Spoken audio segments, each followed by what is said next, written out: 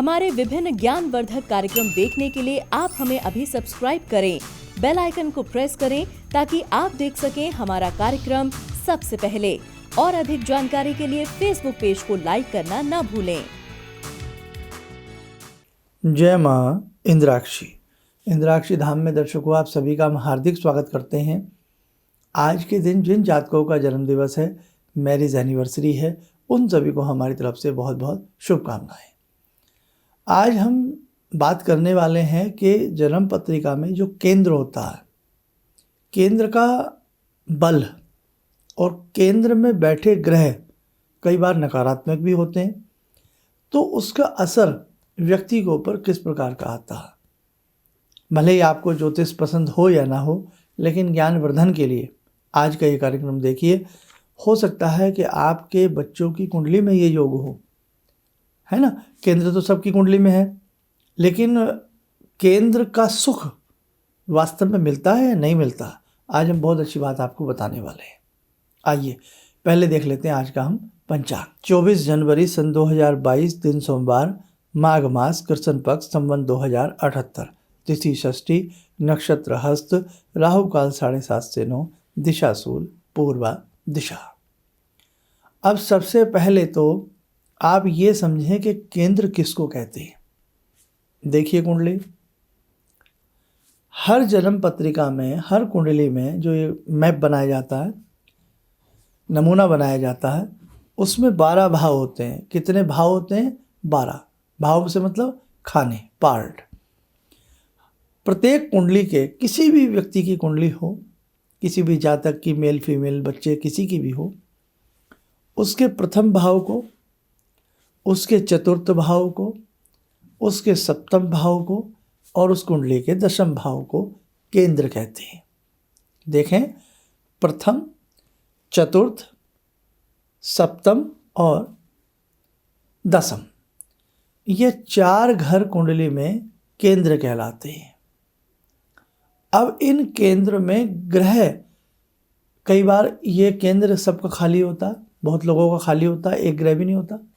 आसपास, आजू बाजू, दाएं बाएं, लेफ्ट राइट में ग्रह होते हैं। और किसी कुंडली में प्रथम भाव में भी ग्रह होगा, चतुर्थ भाव में भी ग्रह होगा, सप्तम में भी होगा, दसम में भी होगा, और अच्छे अच्छे ग्रह अच्छी पोजीशन में बैठे होते हैं। केंद्र बलवान होता है। अगर आपकी जन्म पत्रिका में केंद्र बलवान ग्रहों से युक्त है, दृष्टि के तौर पर भी है और भाव के तौर पर भी, ऐसा व्यक्ति, ये समझ लीजिएगा, प्रारब्ध में बहुत अच्छे कर्म करके लौटा है। इस जीवन में उसको अच्छी सुख संपत्ति, समृद्धि की प्राप्ति होगी। अब दूसरी बात, कई बार केंद्र में ग्रह तो बैठे हैं, लेकिन वो ग्रह विपरीत बैठे। मंगल के साथ राहु बैठ जाए, चंद्र के साथ केतु बैठ जाए, सूर्य के साथ राहु बैठ जाए, केतु बैठ जाए। ग्रह बैठ गए केंद्र में, लेकिन केंद्र में ग्रह विपरीत रूप में बैठे हैं। ऐसी स्थिति अगर आपकी जन्म पत्रिका में है, तो एक खुशखबरी मैं आपको दे दूं, अच्छे बलाबल वाले ग्रह हैं तो फिर तो सोचने वाली बात ही नहीं है, अच्छा परिणाम उसके जीवन में आएगा ही आएगा।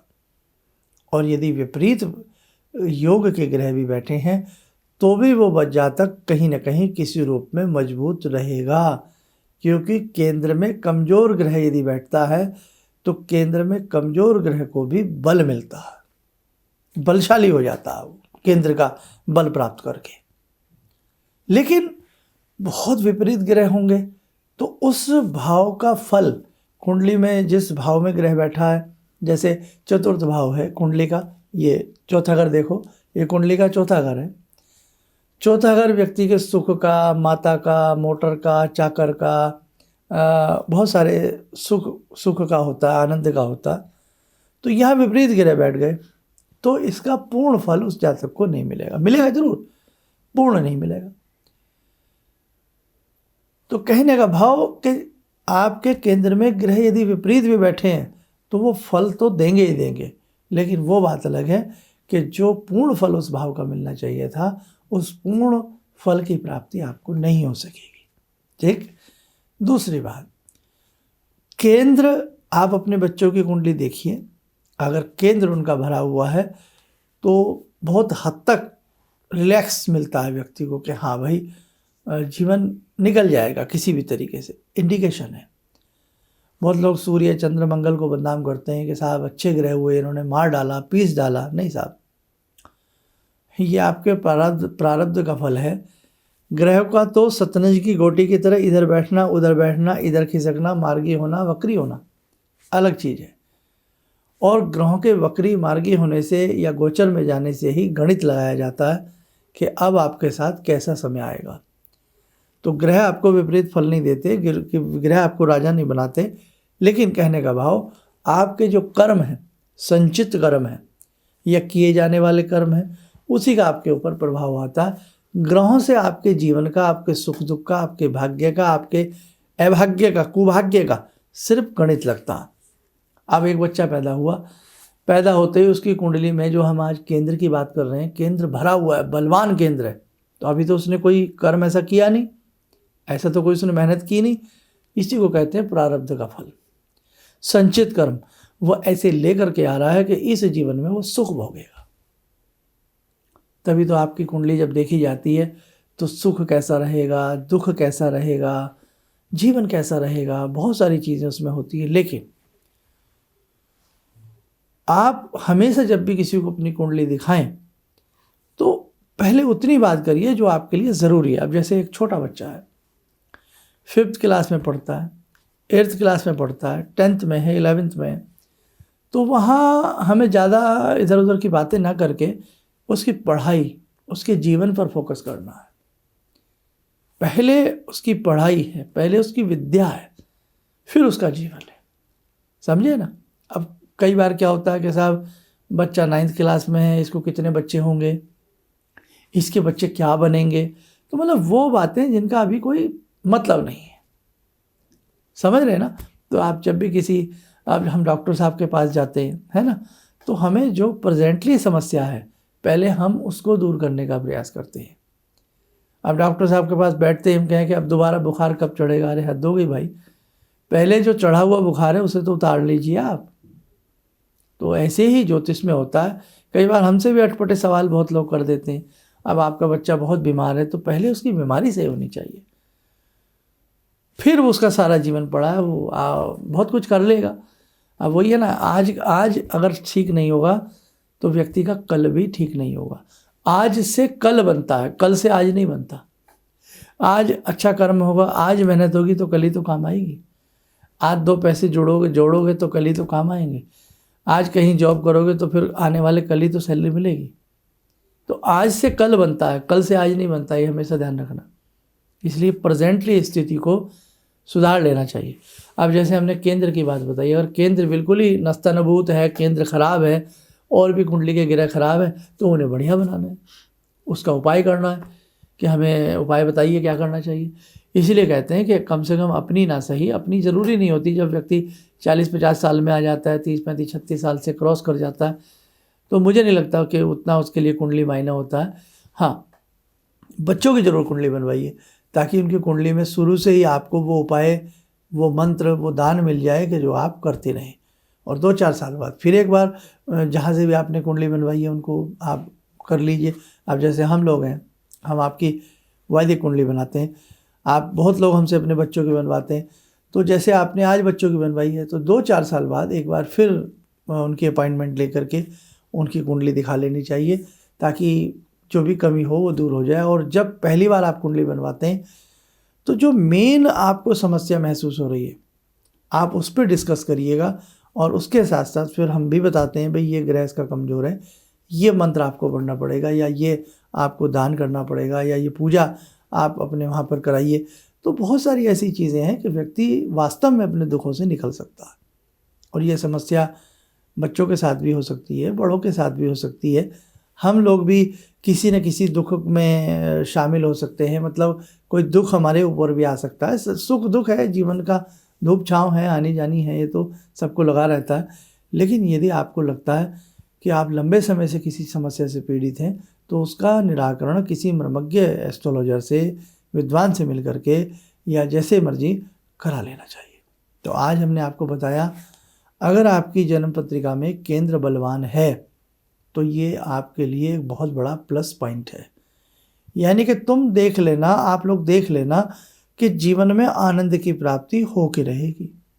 मतलब वो ग्रहों का ऐसा गणित बना हुआ है कि आने वाला समय आपकी मुट्ठी में होगा, आपको बहुत सुख मिलेगा। आइए मेरे साथ को समय हो चला आज की ध्यान साधना का। आज की ध्यान साधना में जुड़ते हैं भगवान शिव शंभु से। ॐ आत्मा त्वं गिरिजामति सहचरा प्राणा शरीरं गृहं पूजा ते विषयोपभोगरचना निद्रा समाधिस्थिते संचारपदयो प्रदक्षिणविधेः श्रोत्राणि सर्वागिरो यद्यात् कर्म करोमि तद्दखिलं शम्भोस्तवाराधनम् चन्द्रोद्भासितशेखरे स्मर हरे गंगाधरे शंकरे सर्पे भूषितकण्ठकर्णविवरे नेत्रोत्तवे स्वानरे दन्ते त्वकृतसुन्दरां वरदरे त्रैलोक्यसारे हरे मोक्षार्तिं कुरु चित्तवृत्त्यमचलं मन्येस्तु किं कर्म वे वन्दे देव उमापतिं सुरगुरुं वन्दे जगत्कारणं वन्दे पन्नगभूषणं मृगधरं वन्दे पशूनां पतिं वन्दे सूर्यशशाङ्कवह्निनयनां वन्दे मुकुन्दप्रियं वन्दे भक्तजनश्रयं च वरदां वन्दे शिवं शङ्करम् ॐ कर्पूरगौरं करुणावतारं संसारसारं भुजगेन्द्रहारं सदा वसन्तं हृदयारविन्दे भवं भवानी सहितं नमामि भवं भवानी सहितं नमामि। कवच बना लें, ध्यान करें, शिव शंभु का शुभ आशीष हम सबके ऊपर बरस रहा है।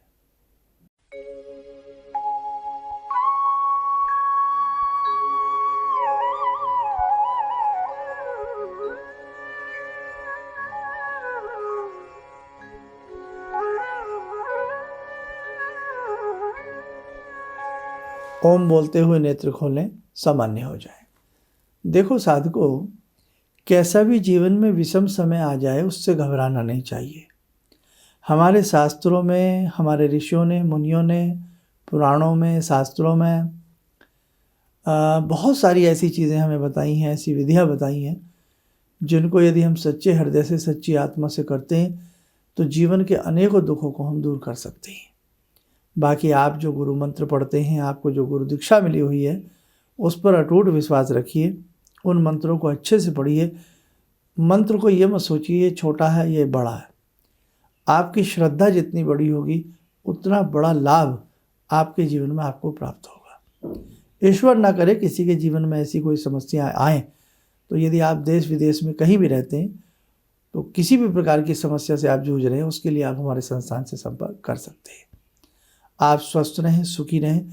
इन्हीं शुभकामनाओं के साथ हम अपनी वाणी को विराम देते हैं। जय माँ इंद्राक्षी।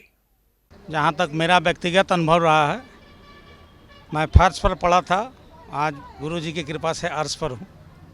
गुरुजी ने एक मंत्र जब पहली बार मिला था तो मैं ऐसी परिस्थिति में गिरा हुआ था कि मेरे को ये लगता था कि मैं जिधर भी जाऊँ मेरे तरफ एक तरफ कुआं एक तरफ खाई वाली स्थिति मेरे साथ थी।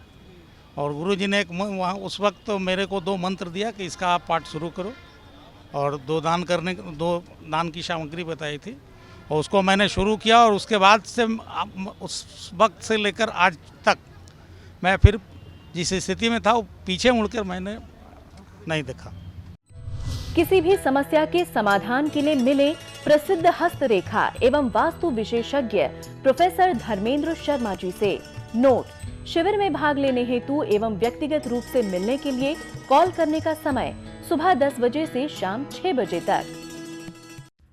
हमारे विभिन्न ज्ञानवर्धक कार्यक्रम देखने के लिए आप हमें अभी सब्सक्राइब करें, बेल आइकन को प्रेस करें ताकि आप देख सकें हमारा कार्यक्रम सबसे पहले। और अधिक जानकारी के लिए फेसबुक पेज को लाइक करना न भूलें।